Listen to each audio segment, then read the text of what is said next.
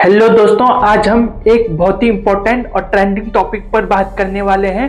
POCSO act में Romeo Juliet clause के बारे में सुप्रीम कोर्ट की वर्तमान घोषणा और डिबेट। ये टॉपिक सिर्फ लॉ स्टूडेंट के लिए नहीं है बल्कि आज के यूथ और सोसाइटी के लिए भी रेलेवेंट है। पहले हम जानते हैं कि थोड़ा सा पॉक्सो एक्ट की हिस्ट्री के बारे में। भारत में पहले बच्चों के खिलाफ होने वाले सेक्सुअल क्राइम्स के लिए अलग से कानून नहीं था। पहले चाइल्ड सेक्सुअल एब्यूज को एपीसी के कुछ सेक्शन से ही कवर किया जाता था।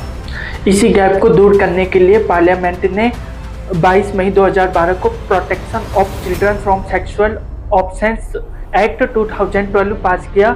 यह लॉ 14 नवंबर 2012 को लागू हुआ। पॉक्सो एक्ट का मुख्य उद्देश्य क्या है? ऑब्जेक्टिव पॉक्सो एक्ट का मकसद साफ है, बच्चों को सभी तरह के सेक्सुअल एब्यूज से संरक्षित रखना और उन्हें विक्टिम फ्रेंडली ट्रायल सुनिश्चित कराना। मेन पॉइंट्स इसमें क्या क्या आते हैं कि जैसे सेक्सुअल असॉल्ट और सेक्सुअल हरासमेंट से बचाव, clear definitions of child sexual abuse, victim friendly investigation and prosecution, special court speedy trial, mandatory. इसी कारण कई बार इस कानून का गलत इस्तेमाल होने लगता है।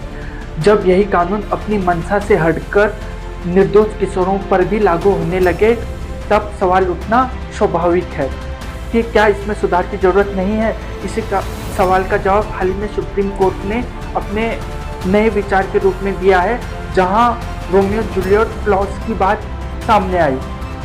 9 जनवरी 2026 को एक सोच बदलने वाला फैसला आया कि यह सिर्फ एक तारीख नहीं है 9 जनवरी 2026, बल्कि पॉक्सो कानून की व्याख्या में एक ऐतिहासिक मोड़। इस दिन सुप्रीम कोर्ट ने साफ कहा कि कानून का मकसद सिर्फ सजा देना नहीं है बल्कि न्याय करना है। अगर दो किशोर उम्र में काफी करीब हैं और उनका संबंध आपसी सहमति से है तो ऐसे मामलों में पॉक्सो जैसे कठोर कानून को यांत्रिक ढंग से लागू करना न्याय के खिलाफ हो सकता है।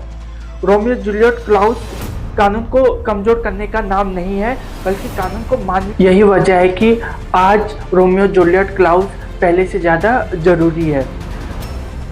कोर्ट ने यह साफ किया है कि हर केस एक जैसा नहीं होता। कानून को आंख बंद करके नहीं बल्कि तथ्यों, परिस्थिति और मंशा को देखकर लागू किया जाना चाहिए।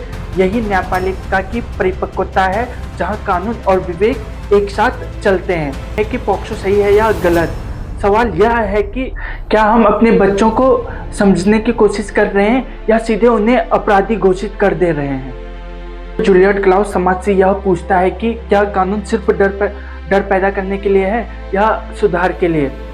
पॉक्सो एक्ट एक जरूरी कानून है और रहेगा, लेकिन हर सख्त कानून के साथ संवेदनशीलता और सोच भी उतनी ही जरूरी होती है। 9 जनवरी 2026 ने हमें सिखाया कि न्याय तब पूरा होता है जब कानून सख्त हो लेकिन अंधा ना हो। रोमियो जूलियट क्लॉज कोई छूट नहीं देता बल्कि न्याय की एक समझ है, और जब कानून और मानवता एक साथ चलते हैं तो तभी सच्चा न्याय जन्म लेता है। धन्यवाद।